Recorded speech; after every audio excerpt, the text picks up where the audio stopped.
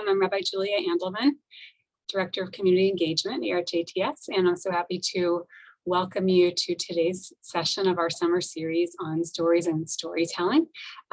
We have an esteemed and longtime JTS scholar who I think may be new to our Monday series, Dr. Raymond Scheindlin, and I'll introduce greater length in a few minutes, but he's Professor Emeritus of Medieval Hebrew Literature. And the session today is called A Jewish Doctor in Medieval Spain and His Demon, the Book of Delight by Joseph Ibn Zabara. So special welcome to anyone who's joining us for the first time today. And you can view previous sessions in the series on the series page that we shared with you. We don't have any sponsors of today's session, but I thank all of you for your many donations that you've made while registering. And we would love to have sponsors for subsequent sessions in the series. As you know, we have 3 sponsorship levels, and for 540, 1,000, and 1,800. And there's information on that, I believe, in the chat. The Q&A is going to, I don't know if you all can hear the thunder. Last week during our Monday session, and all of a sudden there was a deluge like the Mabul, the flood in the time of Noah. And this week, just now, it started again. So I don't know what that means, but there's thunder and lightning out here. All right, back to our topic. So the Q&A will work as follows. Dr. Scheindlin will pause a couple of times during the session for questions, and then we'll have Q&A again at the end of the session. And if you have questions to submit to Dr. Scheindlin, please send them to me in the chat, Rabbi Julia Andelman. And if you have questions of a technical or logistical nature, please send those via chat to Ellie Gettinger or Lynn Feynman. You should have received the sources by email, but we'll screen share them as well. And it's now my pleasure to properly introduce Dr. Scheindlin. As I said, he's Professor Emeritus of Medieval Hebrew Literature at JTS. And I'll just add, you know, if you came into rabbinical school as I did, not knowing that you were interested in medieval Hebrew literature, you discover that when you take the class that we were all required to take with him, and he opens up genres that you never knew you would love and be inspired by. So he's really been an important part of JTS learning experience for many a generation of students. He specializes in medieval Hebrew poetry with a special interest in Spain and other regions of Arabic culture. He's written several books, which you can read on the bio page of the handout. He's also an active as a literary translator of medieval and other Hebrew texts.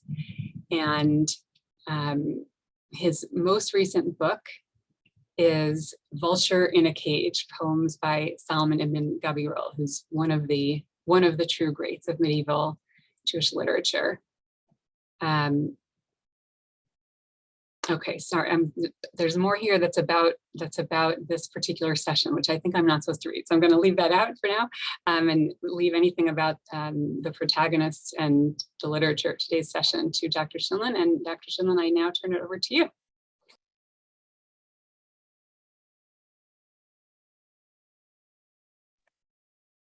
Hold on, Dr. Scheindlin, I need to unmute. I need to allow you to unmute. I apologize. Thank you. Sorry about that. Well, and thank you for the introduction and for those couple of words about my years and years and years of teaching at JTS. There were many generations of rabbinical students who went through my class. Anybody who couldn't find a way to get out of it had a required semester with me, and it was very enjoyable for me. I'm going to start off by just reading you a little bit because this is about stories. So let me tell you a story. There lived a man in the land of Barcelona whose name was Joseph ibn Zabara. From his youth up, he had dwelt at ease, in amity with his friends and comrades. All that knew him became his friends, and they that were his friends loved him. Among them, he was respected and esteemed and bound to all by ties of affection. And he, for his part, honored and exalted them, served them and healed them. For those of them that were sick, he compounded suitable remedies in accordance with his knowledge and his skill. In his love and charity, he busied himself with his patients, whether old or young, and served them and ministered to them. Everyone then loved Joseph and sought his company eagerly. So that's the beginning of a story. Now, is this Joseph a fictional character or a real character? You don't need to be in doubt about this too much longer. He's both. There was a Joseph ibn Zabara, who's the author of the book, and he created a fictional character, Joseph ibn Zabara, to be the main character of his book. And that's the book that we're going to be reading about or talking about today, the Book of Delight, or the Book of Delights, Sefer Sha'ashu'im in Hebrew. And we're going to start out with my telling you a little bit of literary background, so you know that this doesn't emerge out of a literary vacuum. And we'll move on from that to talking a little bit about Ibn Zabara himself. We can't say very much about him because we don't know very much about him. We'll talk about the book, and I'm going to read to you some passages from the book. We'll read them together, actually. And you'll see that the book really has two attributes. One of it is a long story that covers the book from beginning to end. And then within the book, there are many, many short episodes that are either stories or other things. And I'll read you some selections from those and we'll talk about them. And then there'll be some words of summary in which I give you my take on what I think the book is really about. Along the way, there will be time for you to ask questions. The golden age of Hebrew literature, which is what I mainly taught at JTS, is mostly famous for its poetry. Its fiction is less well known today, but there is a lot of fiction. When I was asked if there's any medieval literature that could contribute to these sessions, are there medieval short stories? Is there medieval fiction? The answer is yes, there's quite a lot, and it gets very little attention. Let's start with a little bit of literary background, which involves a little bit of historical background. See, the historical context of Hebrew fiction in medieval Spain is a little different and a little bit later from the historical background of poetry. The great poets of the 10th and to the early 12th centuries, like Shmuel Hanagid, Ibn Gabirol, Judah Halevi, these great poets lived in a Muslim country. They were native speakers of Arabic. They lived immersed in Arabic and Islamic culture. They were educated in Arabic literature, philosophy, often medicine, and they even knew Islamic religious texts. They mainly wrote poetry because Arabic literary culture emphasized poetry, and that was fashionable among the Arabs and therefore fashionable among the Jews. But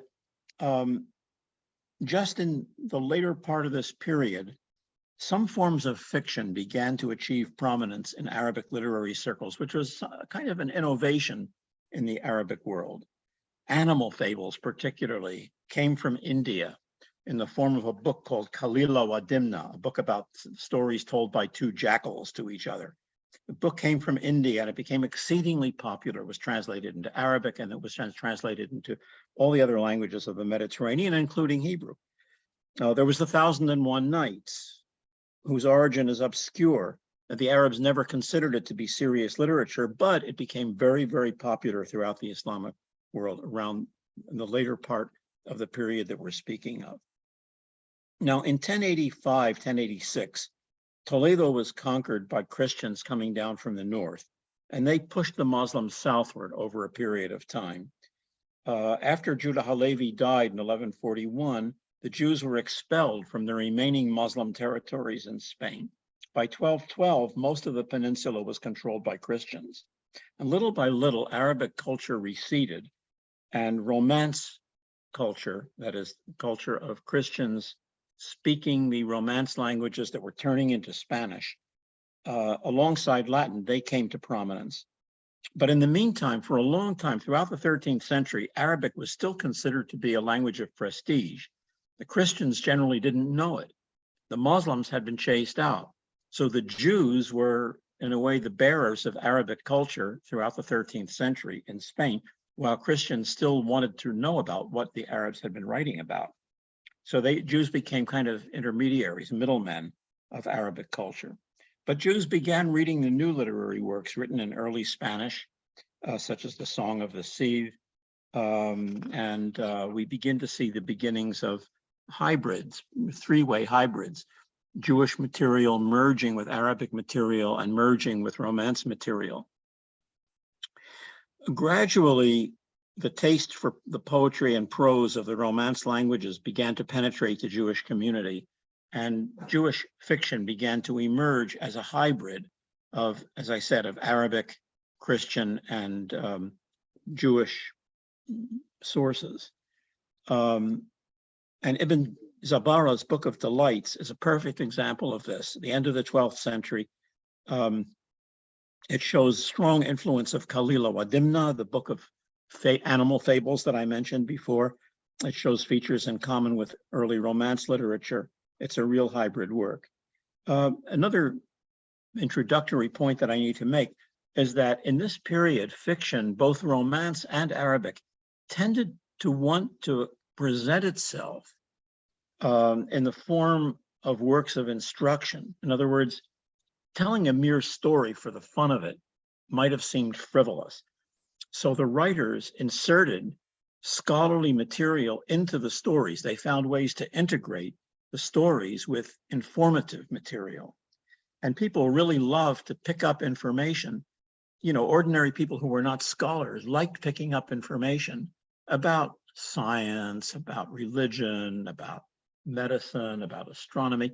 They liked picking up information not by studying the hard work of studying the subjects themselves, but by getting little bits of information thrown into the stories that they were reading. So Ibn Zabara's book reflects this tendency perfectly by telling stories mixed with information, scientific information and moral admonition. This is a little early for Spanish literature. We don't really have Spanish prose literature of any substantial kind till the 13th century. But when it does appear late in the 13th century, El Conde Lucanor is a prime example. It's a book of stories, a book of fables and stories and anecdotes, each one of which centers on some piece of information that the author purportedly wants to teach. To learn about this, you need to know the story about that. Of course, the story is the main thing that does the entertaining, but along the way, the reader gets informed about something. So that's what I have to say by way of cultural background. And now on Ibn Zabara himself, we know practically nothing about him, except that he lived late in the 12th century. Who were his contemporaries in the Jewish world? The one name that everybody will know is Maimonides. He's almost an exact contemporary of Maimonides. We don't know his exact birth and death dates, but the conjectured birth and death dates are more or less the same as Maimonides, 1135 to 1205. And Ibn Zabara is just about that same period. The other contemporary whose name you may have encountered in your reading is Joseph Kimchi. Or if you didn't hear of Joseph Kimchi, maybe you know about his son, who's usually known as Radak, Rabbi David Kimchi, who wrote a very, very famous commentary on the Bible that is much studied to this day. It's printed in all Rabbinic Bibles, and it's a book that I've spent a lot of time studying. Most people who are deeply engaged in Jewish studies have encountered David Kimchi's work. This is his father. His father was a contemporary of Ibn Zabara, and Ibn Zabara knew him personally, may have been his student, but at least he was an acquaintance. And Joseph Kimchi quotes Ibn Zabara in a couple of places in one of his commentaries. The book of, Ibn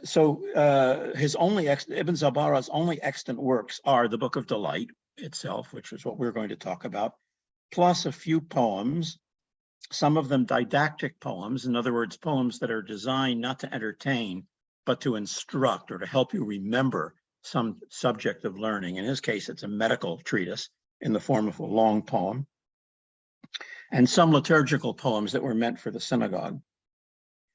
All of his works known to us are in Hebrew, by the way. I say that because it can't be taken for granted. Most prose works written by Jews in medieval Spain were written in Arabic, but Arabic is receding in Ibn Zabara's time, and Jews are more and more writing Hebrew rather than Arabic. The Book of Delights is a first-person narrative. In other words, the writer speaks entirely in his own voice. So it's natural to assume that the main character is Joseph ibn Zabara himself, and therefore that everything the narrator says about Ibn Zabara is an autobiographical statement. But you have to remember that the book is fiction, so it's not to be trusted for the details. You can't assume that everything said about Joseph ibn Zabara in the book is true of Joseph ibn Zabara, the person, the author. It could be that the overall story is autobiographical, but many of the details are not. We are almost certain, though, that this much is true, that Ibn Zabara was a doctor in Barcelona, like Joseph in the book, because he wrote that long didactic poem on physiology. Oh, yes, he also wrote a prose treatise in Hebrew on the colors of urine, in case you feel like reading that and figuring out what ailments you may or may not have. That was a much studied specialty in medieval medicine. So now, about 15 minutes into this, I guess we could stop for questions about the historical background before we tackle the book itself. Anybody unclear on anything? Sure. Want further elaboration? Well, someone just asked, you referred to, you said the Rabbinic Bible. So someone wanted to know what you meant by that. I actually missed that when you said that, but I believe her that you said it. I did say the Rabbinic Bible. I mentioned that is where David Kimche's commentaries are printed. The Rabbinic Bible is it's called in Hebrew Mikraot Gedolot. It's the Hebrew Bible with commentaries, with a series of familiar commentaries printed on the page. In other words, you get a page of the Hebrew text, and then around the margins, you get Rashi's commentary, Ibn Ezra's commentary, and some books you get David Kimche's commentary, certain standard medieval commentaries. They're all there on one page. So they're all very easy to consult at once. If you read a verse, you can get all the commentaries by the major medieval commentators without going to a million different books. This tradition of printing began in the 16th century, early in the history of Jewish printing. And it's come down to our time, so that, and printers keep updating them by adding more and more commentaries. So like the one that I bought as a rabbinical student contains 42 medieval commentaries, and I still use it. Okay, great. I think it might have just been that English phrase that was unfamiliar. Okay, so well, there was a few people were curious, as was I, about this this genre of, you said that kind of to avoid the impression of being too frivolous, narratives need to include some loftier material to be taught. Could you give us some examples of that? Is that anything like historical fiction of our day, or something totally different? It's a more kind of moral lessons? It's not quite, because in historical fiction, the story is woven into the fiction in a seamless way. So while you do pick up historical material while you're reading it, and it can be very edifying, you're not always clear on what's historical and what's fiction. The writer simply weaves the story into the history so that you can't tell what's what. In these, in medieval works, what happens is that sometimes the writer will start off by saying, you should never do X, or you should always do Y. And the reason that I can prove this to you by telling you the following story, and then there tells a story which may be only very distantly related to the information, but the idea is the story will help you remember the information. You'll see in Ibn Zabara's book, I'm going to read you plenty of examples of that, so I don't need to take time right now to do it, because that's what we're going to see here in a big way. You'll see that he doesn't do exactly that. He doesn't. Sometimes he says, here's the lesson and here's the story. Sometimes he says, let's talk about medicine, and then there will be a long digression. Got it. Okay, so we'll see the examples. Yeah, you'll see examples as we go. Someone asked, was this book, was the idea that someone would be reading it to themselves in their head, or there would be a group of people gathered, one person would be reading it to the group? That is a super duper question, and I've never seen that discussed. We become much more aware in modern times about how little people actually read to themselves in pre-modern times, how much more common it was for books to be read out loud. and for people to listen to books rather than to read them. But whether that was the case in Ibn Zabara's time is really hard to know. I wouldn't hazard a guess about that. That deserves research. It's an important question. I can't answer it specifically about this book or about Ibn Zabara's period. I've never seen a study of it. Okay. Yet I know the topic itself is a big one now among intellectual historians. So sooner or later, somebody's going to write a doctoral dissertation on it. Or we'll look forward to that. So maybe one more, because a couple of people asked. It's, Professor Kramer was with us a few weeks ago, and he taught Philip Roth, Operation Shylock, where the character is Philip Roth as well. So someone asked, just a funny parallel, was it common for authors to give main characters in fiction their own names? I'm sorry, I got it all the way up to the actual question. Was it common in this period for an author to give a fictional character their own name? No, absolutely not. This is unusual. Everything about this book is actually, there's a lot of unusual things about this book. There's so few books altogether that have survived from the Middle Ages, apart from religious texts, that it's hard to generalize. But this book is unique in some ways, and we have fictional works in which the author gives the first person narrator a fictional name and makes it clear thereby that it's fiction. But here, this is a unique case where the author blurs the distinction between his real self and his fictional self. And that has led historians to examine this book with a fine-tooth comb, looking for details of history, which is, from a genre point of view, inappropriate because it says it's fiction. But the author has gone out of his way to blur the difference. So you have to use a lot of judgment to know what's real here and what isn't. But I think that plays into his narrative technique in a way that you'll see as you get more familiar with the work. And I explained to you who the two fictional characters are. You'll see how useful that approach is to the author and how effective it is. It's too early to talk about that yet. We have to wait till later in this discourse.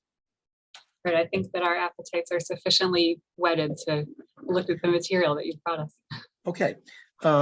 Sefer Shashuim is a substantial book. Let me hold up a copy of it so you can see it. It's not just a few pages. It's about 170 pages in English translation, and it has a continuous plot, which is very unusual in Hebrew literature in the Middle Ages, to have a story of such length that's continuous. And I'm going to call this continuous plot the frame story. And I need to call it a frame story because embedded in the frame story is a lot of material that isn't part of the frame story. There are no fewer than 15 short stories combined, like enveloped inside the large one. Plus, there are about 22 poems by various authors, including Ibn Zabara himself. There's a lot of educational material, largely medical aphorisms and riddles. It's clear that it's intended to combine the functions of instruction and amusement. Now, first thing I'm going to do is to summarize the plot of the frame story. Then we'll look at some of the key passages. We'll read together some of the key passages in the frame story so you get an idea of Ibn Zabara's voice, and so that I can make some comments about the specifics of his storytelling. And then we'll look at some of the embedded stories. So here's the frame story. I already read to you the opening paragraph. This Joseph, who is so proud of his comfortable life in Barcelona and all of his friends and his skill as a doctor, is asleep. And he's awakened from his sleep by a strange person sitting by his bed, very tall, somewhat intimidating man, who gives his name as the unintelligible Einon Hanatash ben Ornan Hadash. He orders this strange and intimidating man orders Joseph to get up and leave his home and go with him to another town, which is full of wise people who will know how to value him and his skill better than the people of Barcelona. Joseph says, first I have to say my morning prayers. I can't do anything until I say my morning prayers. He says his morning prayers. He tries to get out of going. He tells a story warning against changing places. Anan tells him a story in favor of changing places. They trade stories for a while. And finally, Joseph agrees to go with him, to leave Barcelona. They travel for several days, all the time telling stories, exchanging information, and quarreling, until eventually they reach Anan's hometown, where Anan has promised Joseph's skill will be better recognized, he'll be better paid, he'll have a better life. Well, by this time, they've been traveling all day and they haven't eaten, and Joseph is starving. But Anan delays feeding him until eventually Joseph does get a meal, but it takes a long time, and Joseph is going out of his mind with hunger. In the morning, he realizes that even the donkey hasn't been fed.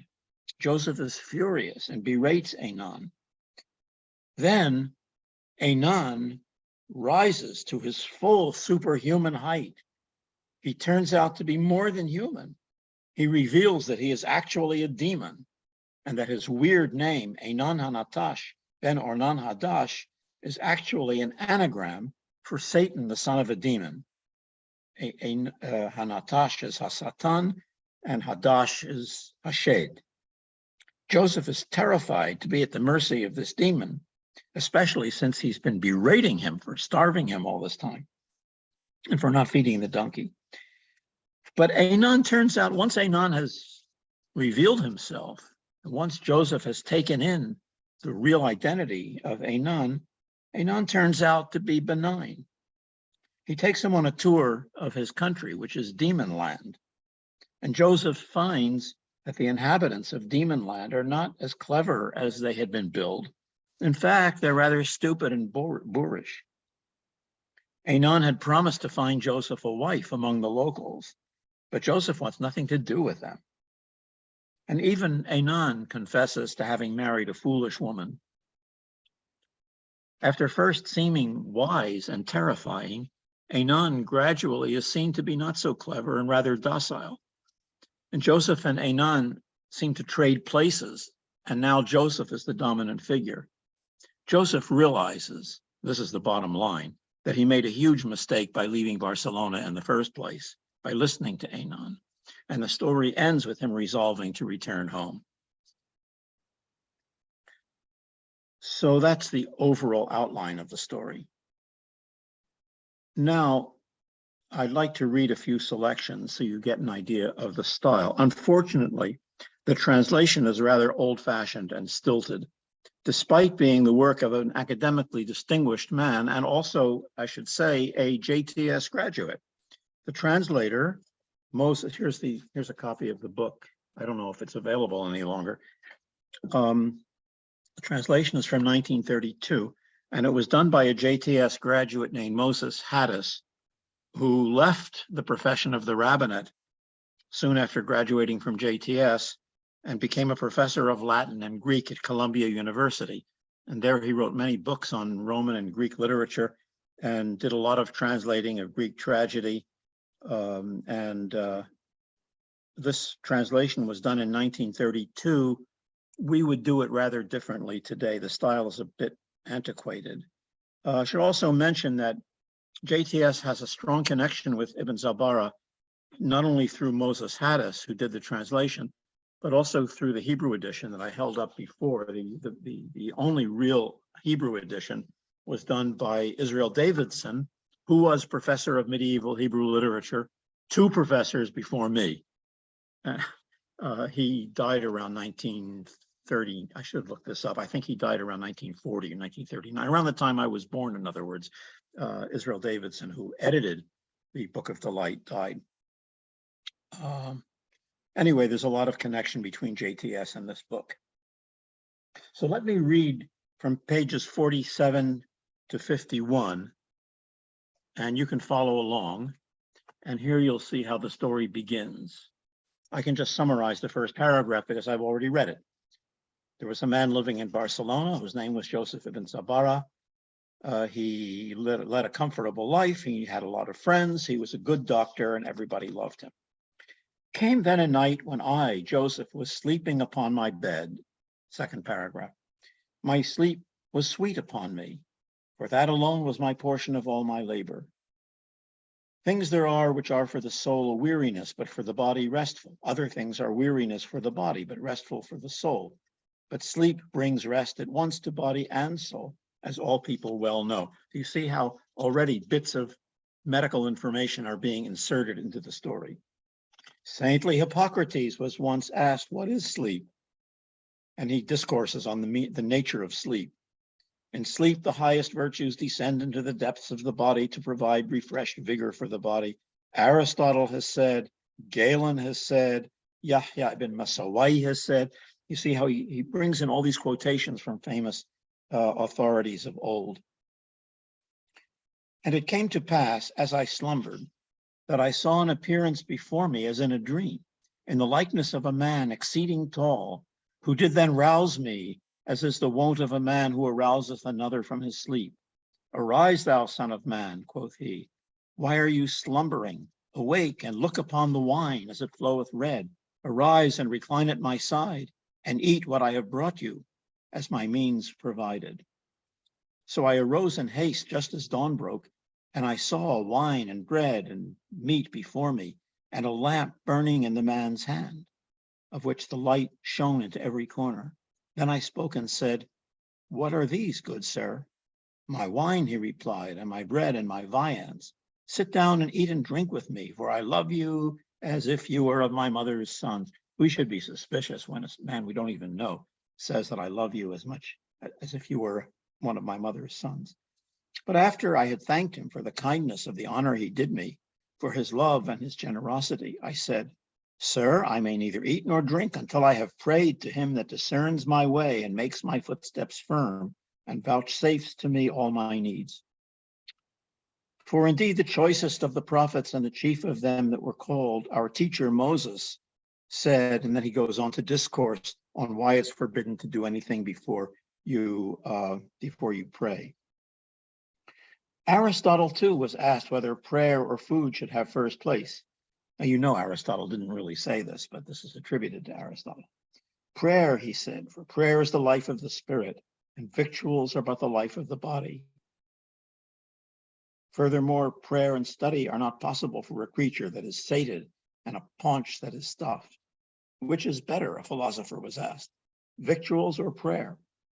Abundance of prayer is helpful, he replied. Abundance of victuals is harmful, and so forth. I'm not going to read every word of this, but I want you to get the idea of how these bits of information are inserted into the story. Then said the stranger, pray, if that is what you want, do what is good in your sight. So I washed my hands and face, and I prayed before the Lord.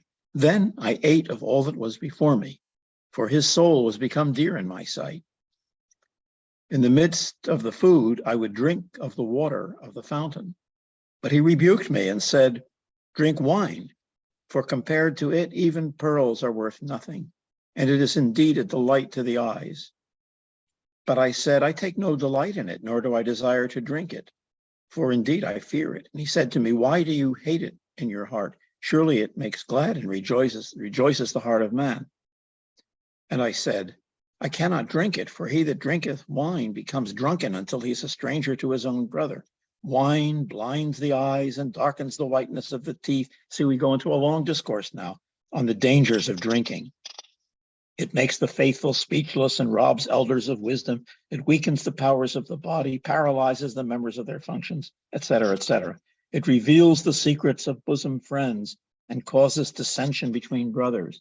Now he quotes a couple of poems. Further, on page 50, our master Moses, may he rest in peace, forbade the Nazarites all wine and strong drink, so that they might not become unclean and desecrate the vows by which they were hallowed.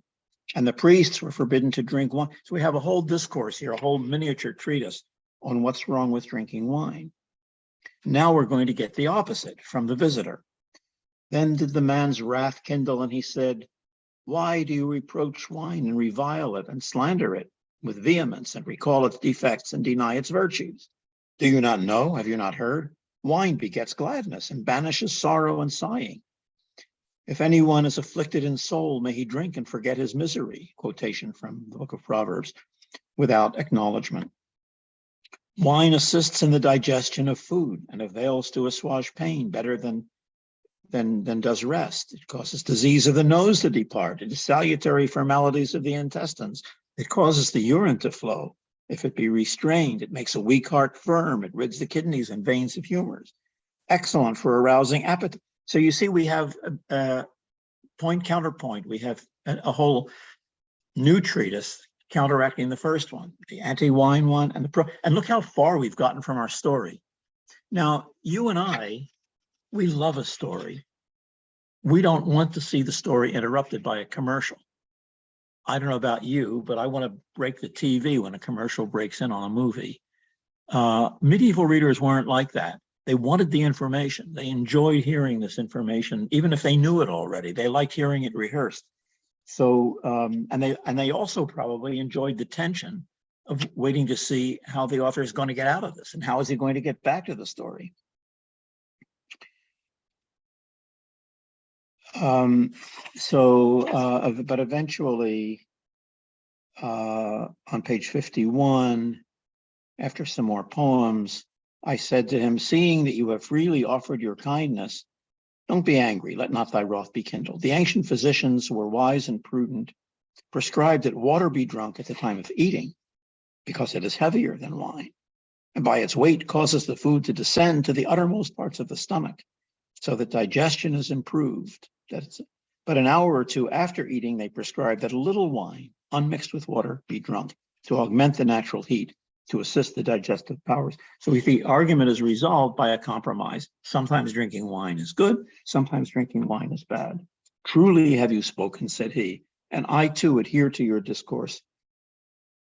For in truth, little availeth little, and much harmeth much. Better, best, in other words, to be balanced, to achieve balance in life, to achieve harmony.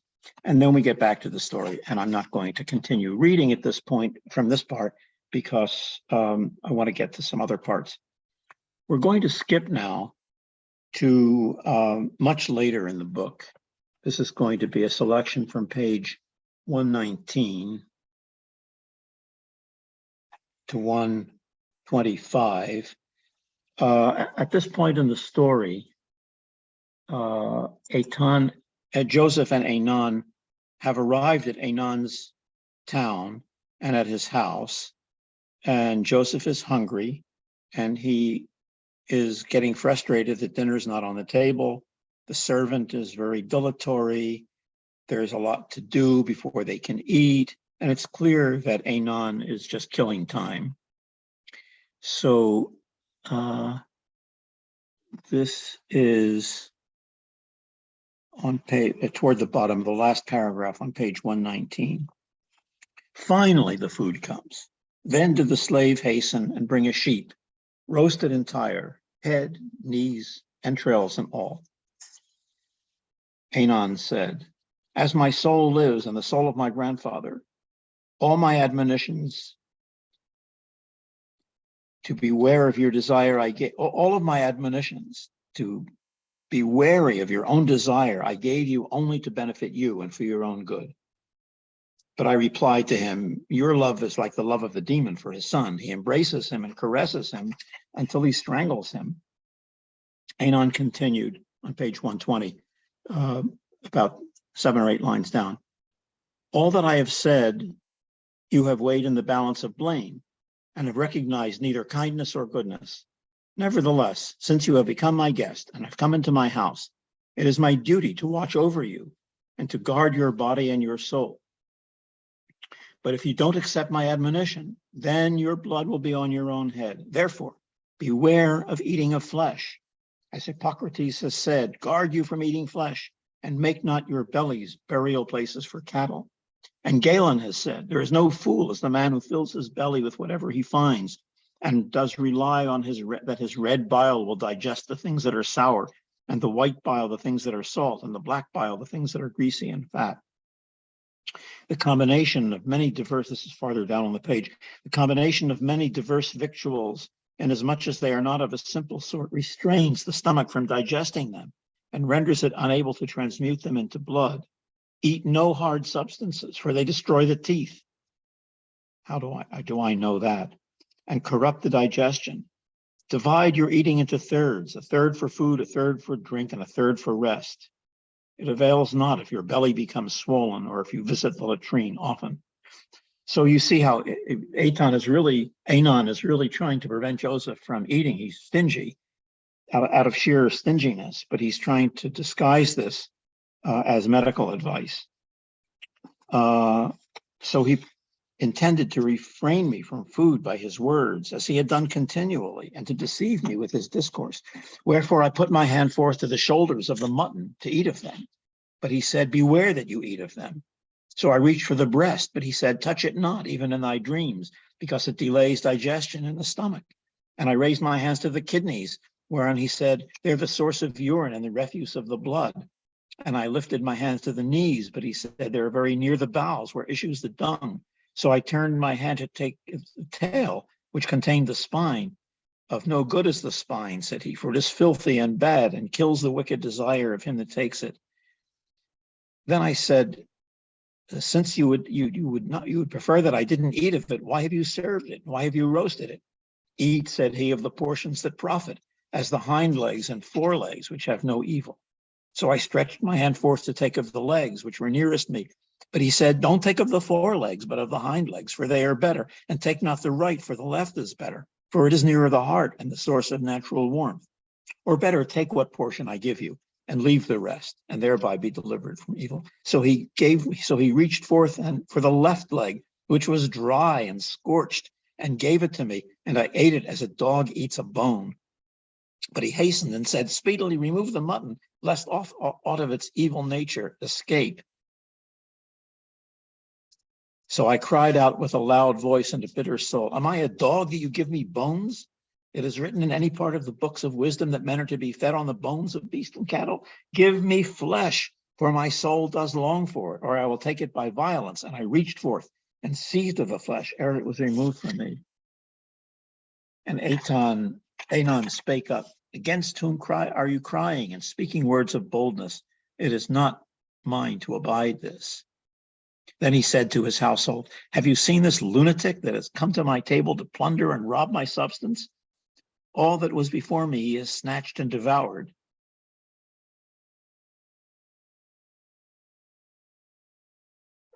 Truly, he continued in his speech to me, truly, as the Parsi sage said, the departure of a fool is better than the company of a wise man. So these men are not getting along at all. And you see, this is a moment of great tension. On pages 146 to 148, we'll read the moment of revelation, which is really the high point of the story.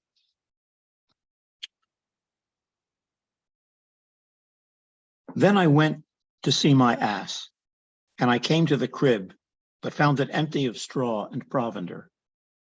Nor could he complain of his sad estate. I found him nearly strangled, for in such wise had the base slave muzzled his mouth so that he not bray. And I came near to him to remove the muzzle. But when I had removed it, he bit me and came near to trampling me underneath his hooves. So I took my cane and belabored him until his cries ascended to the very heavens. Then did the Lord open the ass's mouth, like Balaam in the Bible. And he said, indignant and angry, wherefore smitest thou me, seeing that I am of the race of Balaam's ass? I was amazed at his speech and frightened at his anger. And I thought, perhaps Satan is speaking from the ass's gullet. But to the ass I said, why should I not smite you, seeing that you have bitten me and nearly trampled me underneath your hooves? And the ass said, you yourself sat down with that shameful man to the pleasures and food, whereas I, being muzzled, watched through the night in hunger and thirst and great want.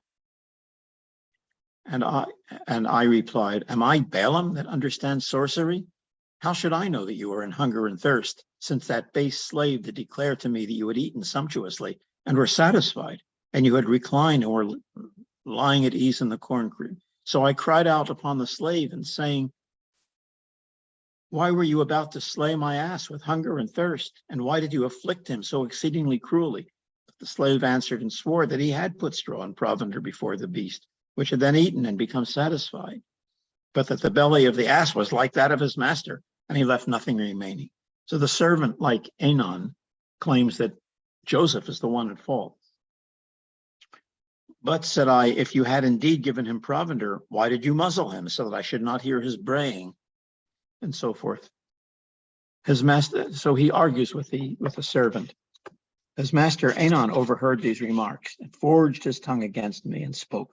Why do you set a snare for me by your words? And why have you reviled me these 3 times? But I answered him, is this why you have brought me out of my city, that you might slay me and my ass with hunger? Accursed be that day, said he, whereon I brought you out. Let it not come into the reckoning of months, quoting Job. For I have brought you to my house only as a reproach and a disgrace unto myself, and as punishment for my own transgressions and guilt. Yet as my soul lives, and the soul of my grandfather Asmodeus, that's Ashmedai in Hebrew, I will make you cry hold to your folly, and I will take you with my little finger and cut you off and cause you to perish utterly. Then I looked at him, and lo, his countenance was flames of fire, and his eyes flashing sparks, and smoke issued from his nostrils as from a furnace.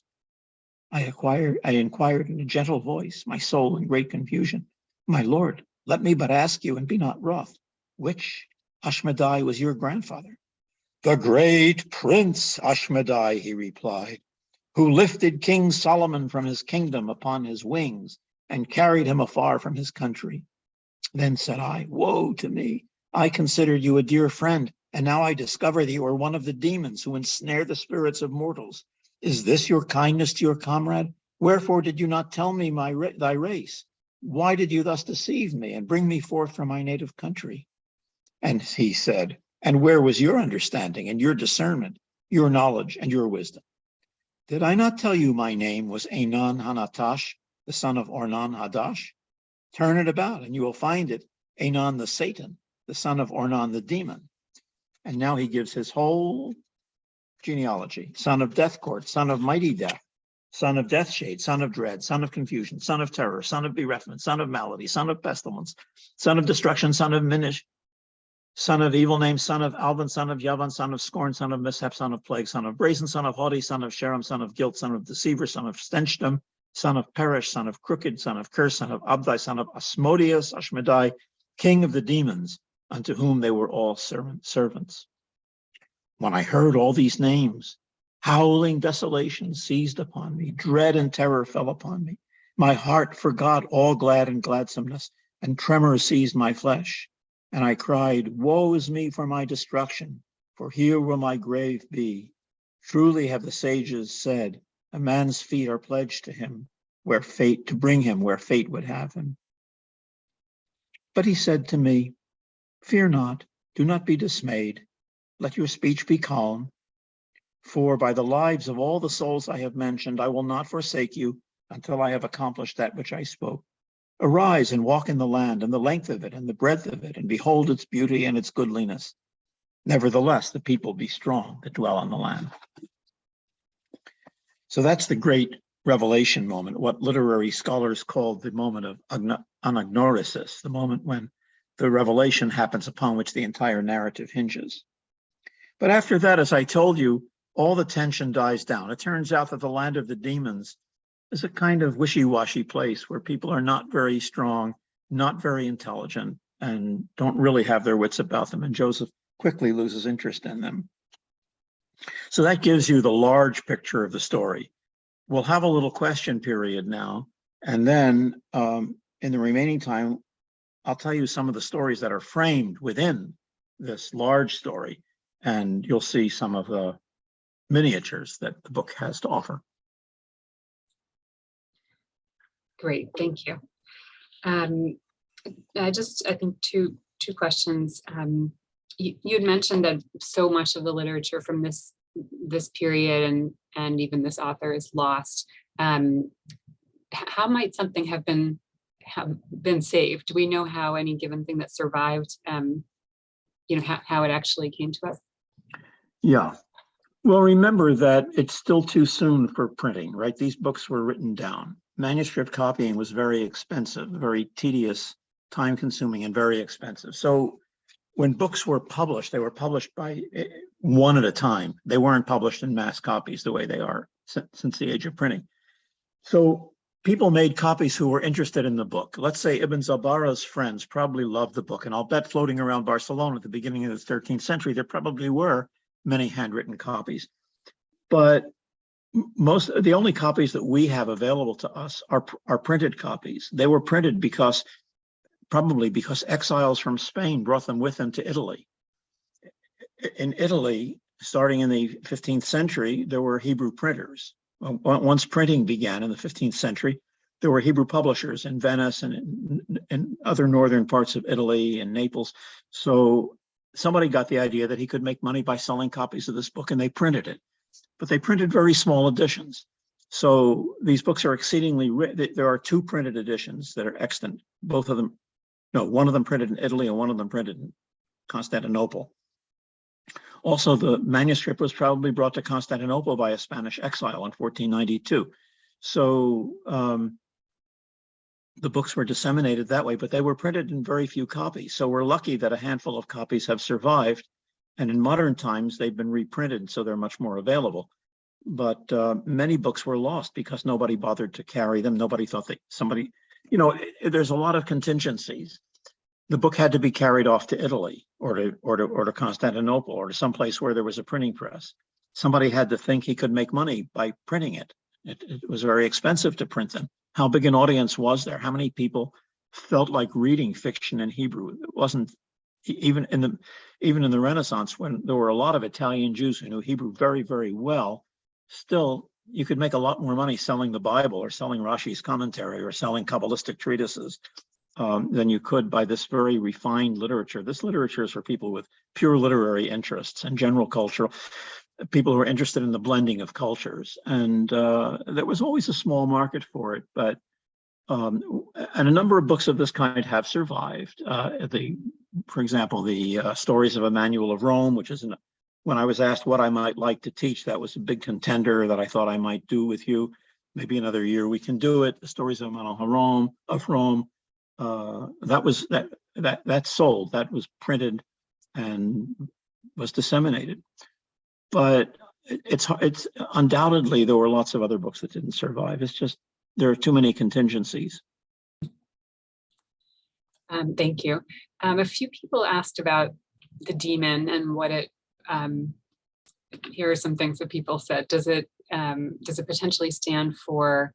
To symbolize anti-Semites in Spain at that time? Is it some kind of monster used to show mankind a truth too terrible for us to recognize in ourselves? One person wrote, is it something that that the protagonist did that's bringing this demon into his life, or is it just a more general narrative device? Very good. That is the $64,000 question about the Book of Delight. And that's one of my, at the end, I'll address that directly. So I don't want to say too much about it now, but you're absolutely right to focus on what in the world does the demon represent.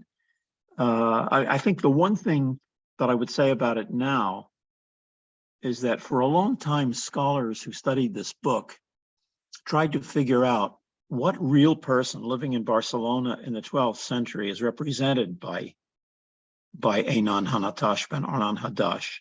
They played around with his name, trying to figure anagrams.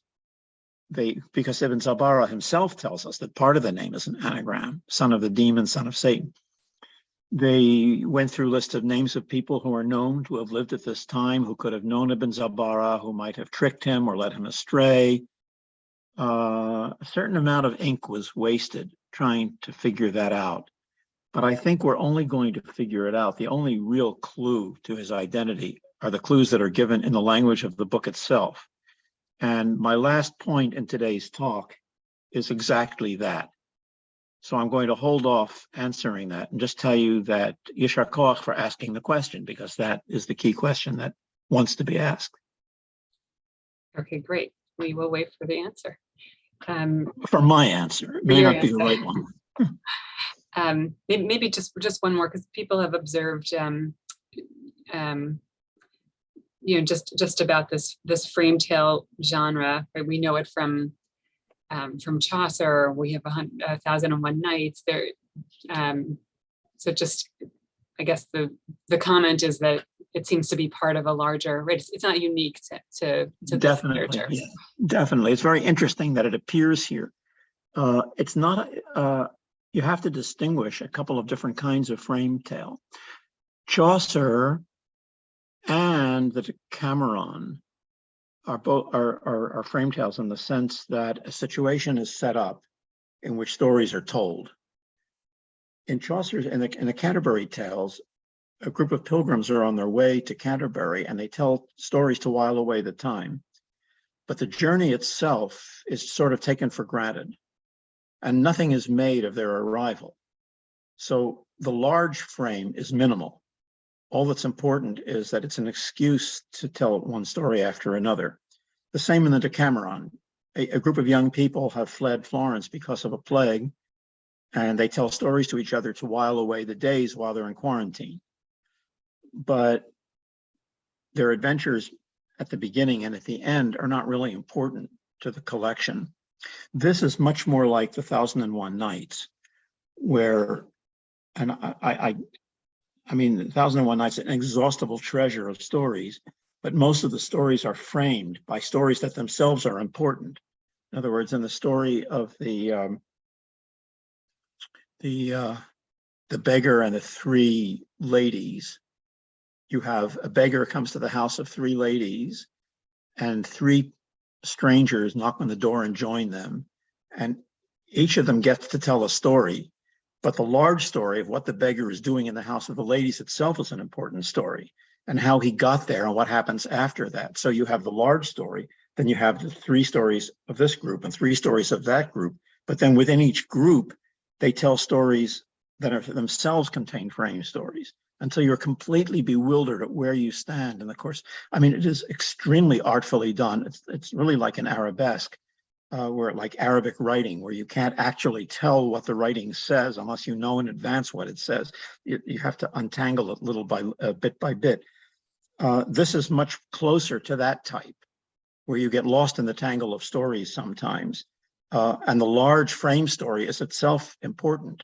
And here I would say the overall story, which I just told you, is really the be all and end all. That's the purpose. The reason the book exists is the large narrative. The short stories are to keep you amused, and because the book serves the two functions of amusing on the large scale, amusing on the small scale, and keeping you interested with information. But you're right, frame stories became really, of both kinds, became very prominent. But the Middle Eastern kind this is closer to the Middle Eastern kind. Kalila wa Dimna is like that. I know you've probably never heard of Kalila wa Dimna, but it was very popular in the Middle Ages. It was, and it really is more likely to have been the immediate model for Ibn Zabara. It's the one where the two foxes, the two jackals tell stories to each other, and the characters in the stories tell stories to each other.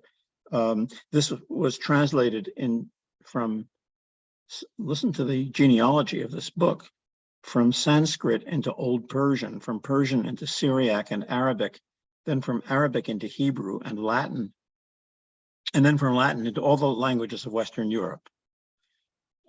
Today, I don't think any of them is on any college curriculum today, but there was a time when everybody in Western Europe knew the stories of Kalila wa Dimna, including Ibn Zabara. And he was part of that chain of transmission of for the style, at least.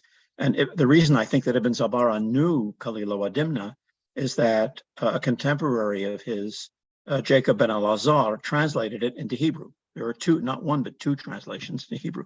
And and those of you who are in my class may remember Jacob ben al-Azhar, because I usually taught one of his stories in my course. And Jacob ben al-Azhar would also be a good choice for these sessions someday. Anyway, you were just describing that the tale within a tale within a tale, I was thinking, my first thought was, I mean, it's amazing. Then I was thinking it's almost like they wrote these for scholars hundreds of years later to try to discern all these layers of meaning. But then someone shared in the chat, it's actually kind of like real life, right?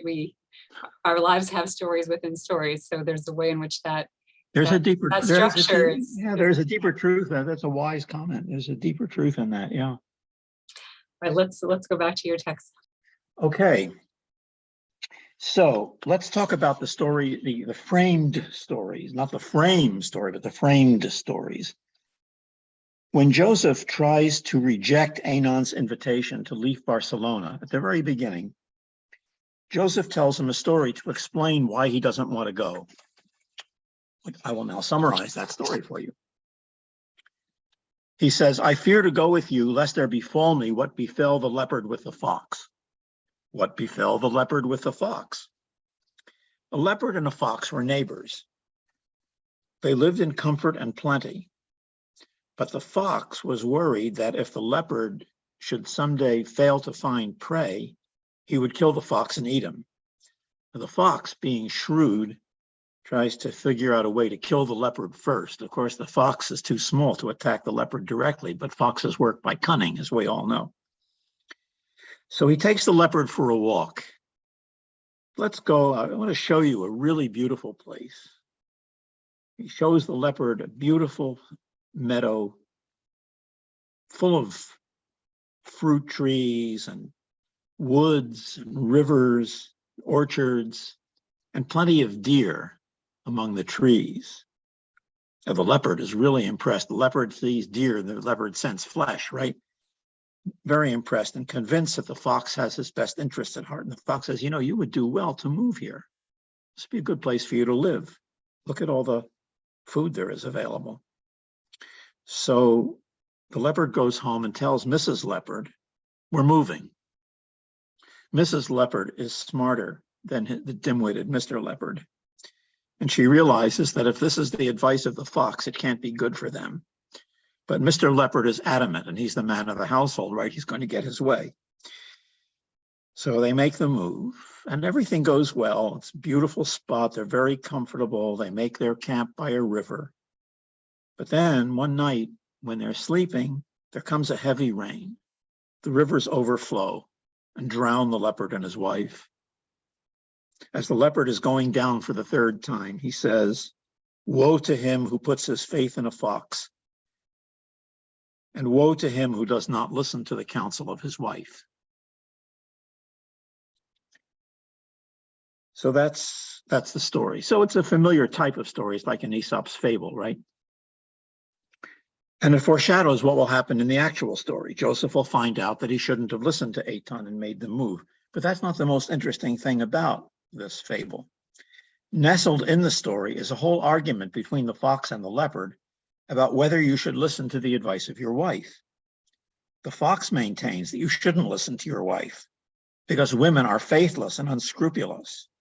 And the leopard maintains that you should listen to your wife because women are good, wise, and loyal. The argument takes the form of stories. So inside the story of Joseph and Anon is the story that Joseph tells about the fox and the leopard. But the fox and the leopard tell each other stories, and before you know it, you're tangled in a set of nested stories, and it's easy to become confused. Several of the stories are part of the medieval tradition of anti-women and pro-women stories. And today, in the climate in which we live, this is kind of an embarrassment, but I'm going to face up to it. I'm going to, as we used to say, I'm going to man up to it and face the facts that these are medieval people. You've heard an example of a pro-women story already, right? The advice of the wife, Mrs. Leopard, was smarter than Mr. Leopard and said we shouldn't move. I'll give you an example of an anti-women story, which is a really famous one in international folklore. The story of the widow and the knight. Folklorists call this the story of the widow of Ephesus. I'll tell you why afterwards. Here's the story. It takes place in Roman times. A man has been crucified for committing murder. And the rule of crucifixion is that no one is allowed to take the corpse down and bury him, or they too will be killed. So a guard is posted by the cross where the murderer is hanging to make sure nobody takes him down. Nearby the cross with the murderer on it is the grave of another man who's recently died. And the widow is standing there weeping and wailing and oy vey, what am I going to do without you? And you were the love of my life. And there was never a man like you. And no one ever had a better husband, wailing and wailing. The guard can't avoid noticing her. She's making a lot of commotion. He sees she's rather good looking and young. He engages her in conversation and then begins flirting with her. Before you know it, they're rolling around on the ground making love. The guard is completely distracted from the cross. Meantime, the murderer's relatives have been lying in wait for just a moment like this. They grab the man, pull him down from the cross, and take him away to bury him. Well, when the guard finally wakes up from his sexual adventure and looks up and sees the cross is empty, he is terrified that he is going to be punished. He too is going to be killed for letting somebody take the crucified man away. The widow is now deeply in love with him. She assures him everything's all right. She's got the solution. All they have to do is dig up her husband and put him on the cross. They do that. The guard is relieved, and he digs up the man, puts him on the cross. But then he steps back to look at his work, and he realizes that the murderer, the husband has a full head of hair, but the murderer was bald. So he's going to be caught after all. No problem, the woman says. All we have to do is shave my husband's head. So this shows you the faithlessness of women and how you can't trust their love. There's a famous story in world folklore. It's first found in Roman literature in a work by a first century author named Petronius, which is why it features crucifixion. That was a Roman punishment. And it went from there into just about every literature of the Western world. And it's known as the Widow of Ephesus because that's how Petronius frames it, that the story takes place in the town of Ephesus in Asia Minor. So there you have an example of an anti-woman story. Here, the woman is is not only faithless but crafty. She's got the 1-2 punch of her wisdom. Yes, she's clever, but she's clever to do evil. I know you want to chase her for that in the form of another pro-woman story, so I'll tell you a pro-woman story. This is a little more complicated. I can't tell you the whole thing. A king has a certain dream, and none of his wise men can tell him the meaning of it. Now, I'm not going to read you the dream or tell you how the dream is resolved. That's not the part of the story that I want to tell you. What I want to tell you is something embedded in that larger story. The king sends one of his wise men to go and seek out someone who can interpret the dream. Since the wise man himself can't, none of the wise men in the court are able to interpret the dream. He sends his chief wise man to see if he can find someone else, somewhere else in the kingdom. And the wise man mounts his donkey and goes wandering about the country looking for someone who knows how to understand dreams. He comes to a certain village and he encounters a local, I should say a yokel, an uneducated, ordinary person. The person says, "Where are you going?" He says to the yokel, "Where are you going?" "Going home," said the countryman. The wise man said, "Carry me or I will carry you." He's testing him by speaking riddles. The countryman said, "But how can I carry you when you're riding on your mule and I'm riding on my donkey?" They proceeded a while longer and saw a certain field full of wheat. The countryman said, "What a great field this is. Surely it's going to be very productive." The wise man said, "If its wheat is not already eaten." They went a little farther and saw a tower. The countryman said, "See this high tower, how beautiful it is and how well fortified." The wise man said, "It is indeed fortified within, unless it is destroyed. It is indeed fortified without, unless it is destroyed within." Then the wise man said, "There is snow on the height." The countryman laughed, for it was the middle of the summer and there was no snow anywhere in the world. They went on and came to a road with wheat on one side and on the other. The wise man said, "On this road there passed a horse, blind in one eye, and his burden, it was oil on one side and vinegar on the other. And as they went on, they were approaching a city where they saw a corpse being accompanied to burial. The wise man said, "Is this old man dead or is he alive?" The countryman said to himself, "How can this person be considered a wise man when he is in truth the greatest of fools?" So toward evening, the wise man said, "Is there any place to lodge here?" And the countryman said, "Well, we're coming to the village, and there's my house, and you can stay with us." So the wise man came to stay in the house. And it came at midnight, the villager woke up his family and said, "What a fool is this man who has come to our house tonight. He met me on the way, and all day he wearied me with his words and vexed me with his sayings. He told his wife, 'Carry me or I will carry you,' of the wheat field, the tower, the snow, the road, the corpse, and his greeting him as one who ate the earth." The countryman's heart waxed bolder as he spoke, for he thought that the eunuch lay asleep, that the wise man lay asleep all the while. Then his youngest daughter spoke up. Being but a girl of 15 years, she said, "In truth, father, the man is wise and understanding. It is you who failed to listen to him properly. You didn't understand the sense of his words, because his speech was spoken in wisdom. When the wise man spoke of the worker of earth and eater of earth, he meant to signify that all that man eateth cometh forth from the earth. As for carry you me or I will carry you, his meaning is that everyone that goes upon the way with his neighbor and talks about sayings and stories and cites puzzles and proverbs is in effect carrying his neighbor and leading him on by relieving him of the weariness of the journey. As for the wheat field, he spoke the truth, for the owner may be poor and have received the price of the grain in advance, or maybe he borrowed money on the security of the grain before it be harvested.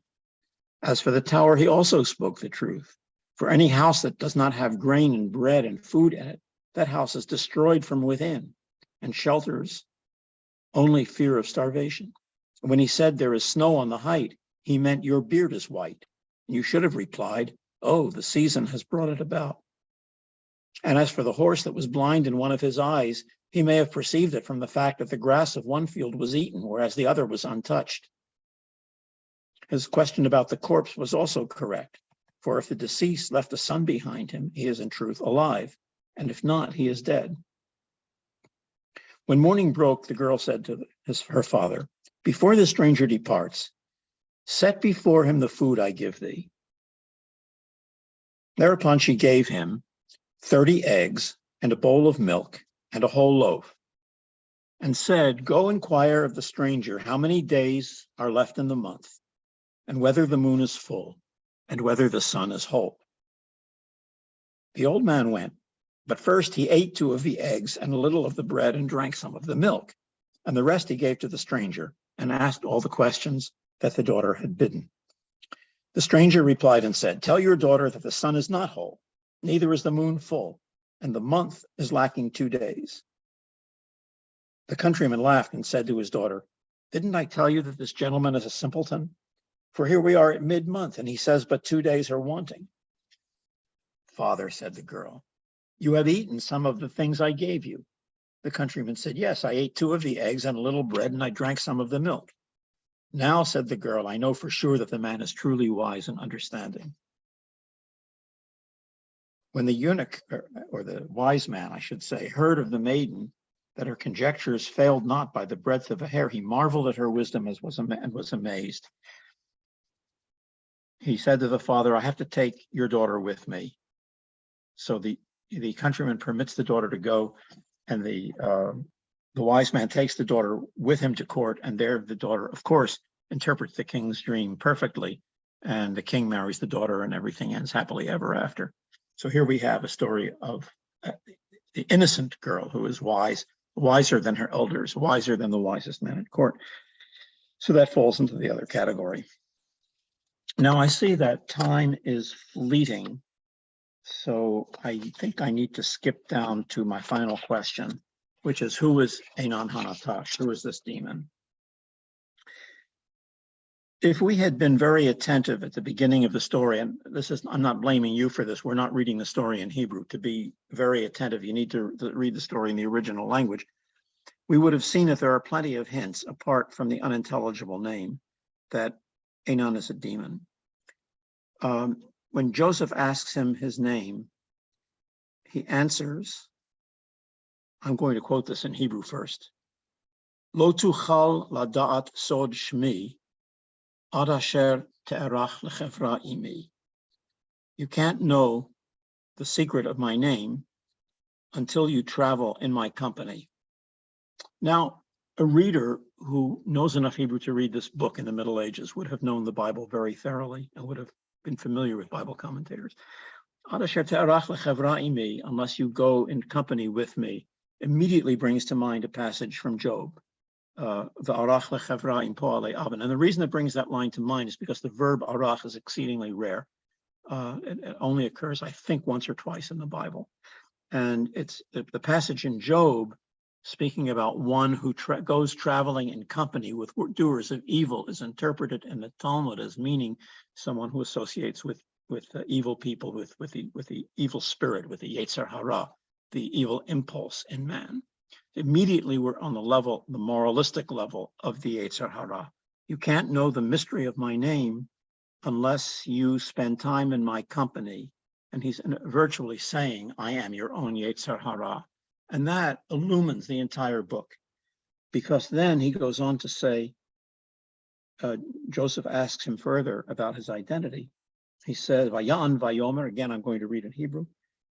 Hineni me eretz rechoka, bein hararei shefer umitka, v'chochmati kechochmatecha, v'ami ke'amecha, v'dati kedatecha, ushmi, and I'm going to stop in the middle of the phrase.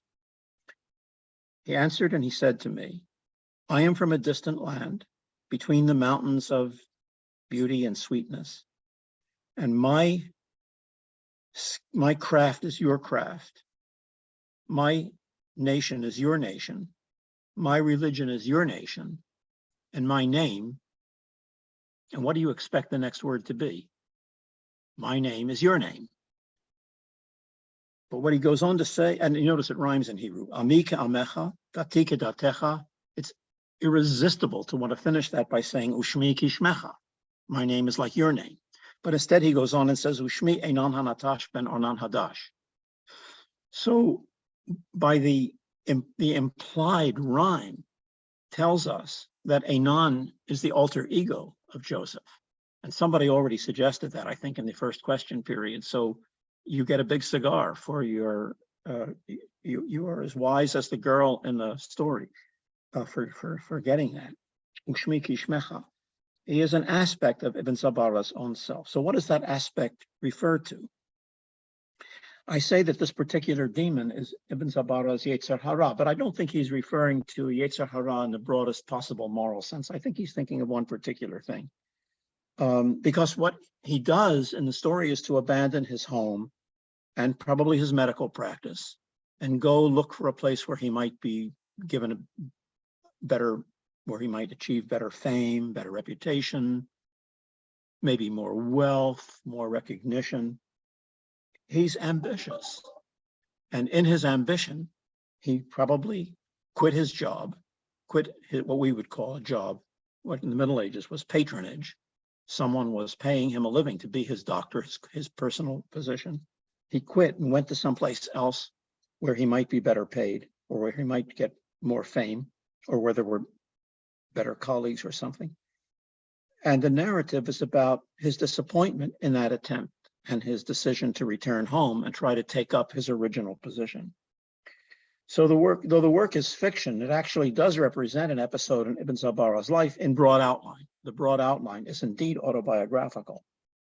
Only we can't know where he went or why he was disappointed in his attempt to better his circumstances.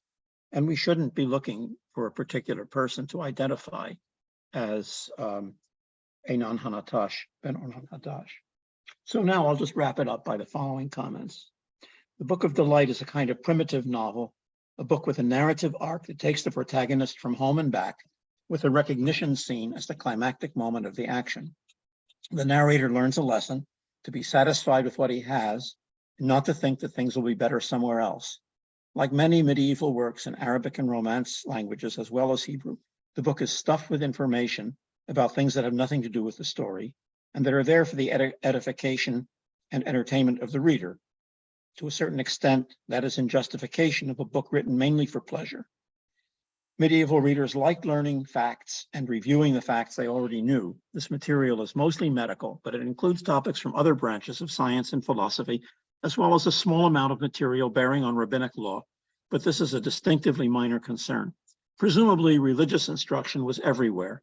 Ibn Sabara didn't need to write a novel to sugarcoat instruction on Bible and Talmud, but philosophical knowledge was available mostly to the elite upper classes, and it is to them that Ibn Zabara is appealing with this very appealing book.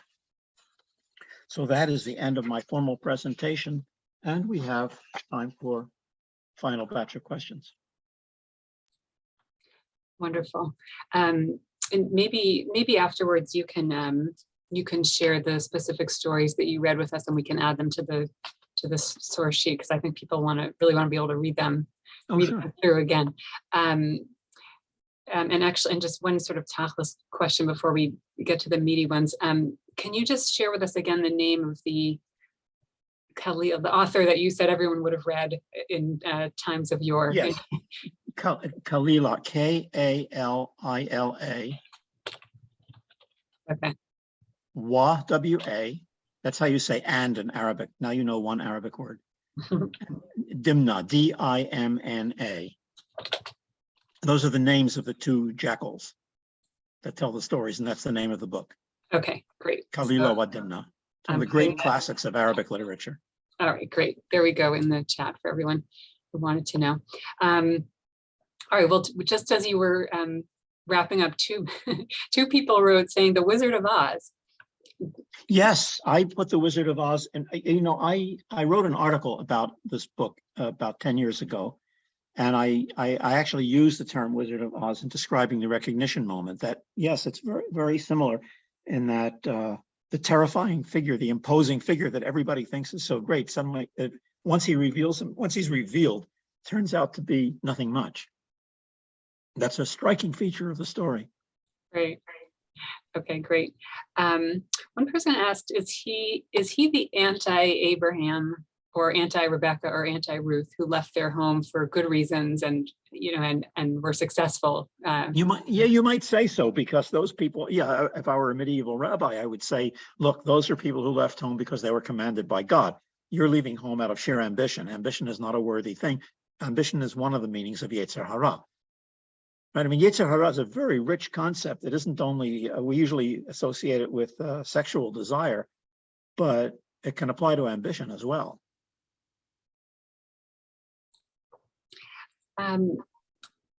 Okay, one person asked, is there historical evidence that these stories would have helped people to maintain Jewish practice amidst whatever was going on in the larger society, or is there historical evidence to the contrary that these, I'm not sure where this piece comes from, where the person wrote that these stories might have led to the Jews' conversions to Christianity? Hard to put this book into the context of Jewish survival and conversion. It's historical material, no. Historical evidence, I pretty much can say categorically there isn't. But what I'm ruminating on as a result of having been asked is, can I think of anything about these stories that might have contributed one way or in one direction or another to helping Jews under pressure to convert stay Jewish, or possibly winning them in the opposite direction? And I would say, if anything, this story stands for stability. Stay where you are. You have nothing to gain by changing. So if anything, I would say it might contribute to that. After all, that's what Ibn Zabara blames himself for listening to the advice of the seducer. But having said that, I want to make it very clear that I don't see Einon Hanatash as a Christian proselytizer at all. I don't see any evidence for that. Okay, thank you. The thing that I'm really stuck on is this blending of genres, and just going back to what you said at the beginning about, I think the way you put it was that it sort of a purely fictional narrative would have been seen as frivolous, or could have been seen as frivolous. And then you just said at the end that medieval readers or listeners, I suppose, perhaps would have liked this blending. So I'm just really wondering about that, because for me, it interrupts the story. Like I just want the juicy story. I want to keep going. And it's like I said before, it's like a commercial in the middle of a movie. Right. So do you think that was it just so commonplace as a way of sharing information, or, kind of medical quote unquote knowledge of the time? Was it so commonplace to have it integrated into fiction like this that people would expect it? Or do you think that it was more the elite thinking we have to sneak this information in, for the listener, because they're not going to read our treatises on medicine or whatever? It's just interesting. Yeah, it's worth thinking about. I'm starting with the assumption that this book was not meant for ordinary people. The mere fact that a book is written, what, I forgot to mention a feature of the book.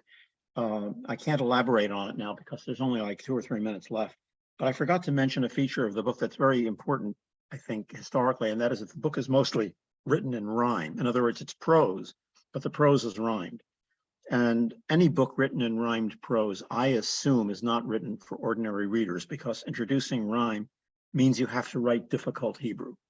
So, and ordinary people, their Hebrew was fine for the synagogue, but they probably didn't read fiction in Hebrew. It's very hard to imagine that people had enough knowledge of Hebrew to read. So I assume that the book is written for the elite, and that all of these learned things are not actually meant to teach people things, but to let them rub shoulders with scientific information because they like hearing it. I mean, some of these readers knew a lot about medicine and astronomy, and they enjoyed hearing the quotations. It was familiar material to them. It's like, I don't know, I know something about classical music. If somebody whistles a tune by Schubert that I recognize, it makes me happy. Just because I recognize it. And I think that that's true about information for these medieval learned people. They may have studied Aristotle and Arabic translation. And when they get a quotation out of context, oh yes, I know that quotation, or I'd forgotten that. It's a learned kind of pleasure. None of this is meant to be pleasure on the level of the average or ordinary lower class people. I don't imagine that they read any Hebrew fiction. I suppose it's the same with the biblical references that you encountered along the way, and it's sort of the text that you know and love. It's expected that you'll recognize biblical quotations, and even quotations from rabbinic literature, from the Talmud. It's expected that even if you don't recognize them, you'll be able to understand them on the fly. Great. So we're essentially, that's fascinating. Thank you. We're essentially out of time, but let me just squeeze in one question, just because a few people asked it, just about the idea of Hebrew being kind of reserved for religious literature. Is that something that when you talked about printing presses, and clearly they were printing this material, is that something that came along later? Was there tension, or are we projecting that back onto earlier times? People were comfortable with Hebrew being used for a variety of genres? That's an awfully complicated question. It's a very interesting. I mean, that's a major question in my work, and I'd like to talk about that at length. But it's 2:30. I don't know if I can telescope it into a 1 minute thing. Okay, so maybe I can write out an answer that you can distribute. Yeah, maybe we'll when we mentioned that you wrote an article on this book as well, maybe we can add to the source sheet some references to some of your works, so people can read. Sure. Can read further. This was wonderful, and just so perfect for this series on stories and storytelling, because we looked at multiple stories. You read to us multiple stories, kind of bring in a lot of different ideas, and there's some really rich conversation here about stories and how they function, and how stories function within other stories. So thank you so much. My pleasure. Thank you for listening. To bring us material that I think a lot of people haven't seen. I want to invite people to come back next week, and it's I think an interesting parallel. So next week, another of our beloved Emeritus faculty members will be teaching for us, Dr. Judith Houtman, and her session is called What 6 Very Short Stories in the Babylonian Talmud Tell Us About Jewish Law and Life. So there's a bit of a parallel, but just in that she'll be looking at stories that are also in a different way than we discussed today, but in their own way teaching about law and life and sort of different layers of what we can learn from them. Thank you so much again, Professor Scheindlin, and we'll have to invite you back for future series to share more stories with us. My pleasure. Great to see you all. See you next week, everyone. Take care.